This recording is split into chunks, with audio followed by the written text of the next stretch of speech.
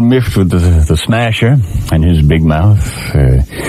I can't go away for a couple of days without him spilling his guts. He got on the air while I was away on my little holiday.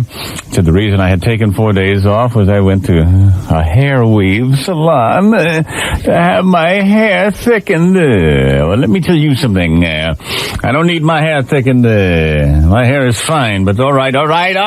If you gotta know everything. Geez, I can't believe it. I'm not entitled to any privacy at all. Smash got the story only half right. You see, all my life I've been plagued with a hairless chest.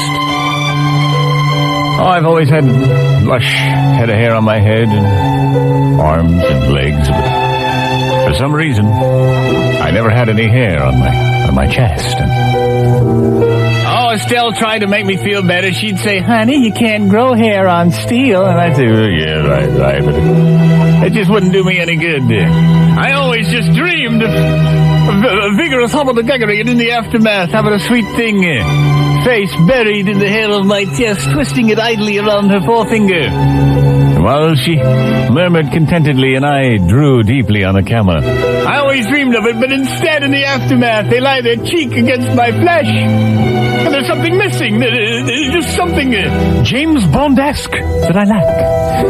And so, this weekend I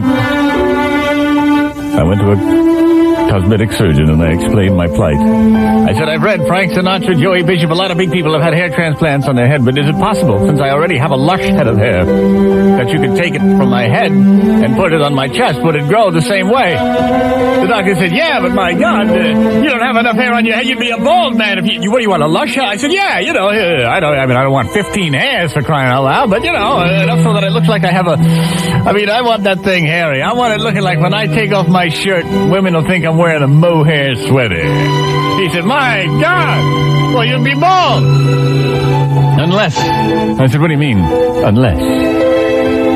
He said, well, maybe we could take some of these. He said, do you mind disrobing?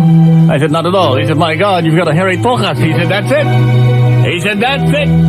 We'll take the hair from your tocas and put it on your chest. And it'll fit better that way because the hair, come to think, we can't use the hair on your head at all because your hair on your head grows flat. I mean, how's that going to look if you have a flat chest hair? I mean, hair on your chest is supposed to be curly. If it were flat, you'd look stupid. I mean, you imagine somebody with long hair hanging straight on it. It's stupid. Gotta be curly. So when them women lie there, they can roll those. I said, yeah, that's it. That's the idea. I want them lying their head on you. Yeah. He said, all right, let the procedure begin there. And it's basically the same way. They pull a hair, they pull a plug, what they call it, and then they embed it. It's a little painful. Especially the removal of the plug was painful. The insertion on my chest I could live with. The removal was a little awkward. This is me. If you were standing outside, the doctor's office throughout the procedure, you'd have been hearing it. Every few seconds you'd heard, But finally, the procedure was complete. I stood in front of the mirror. I ripped open my shirt to let buttons pop along the floor. And as I looked at that bit of copious chest hair, I screamed for everybody to hear.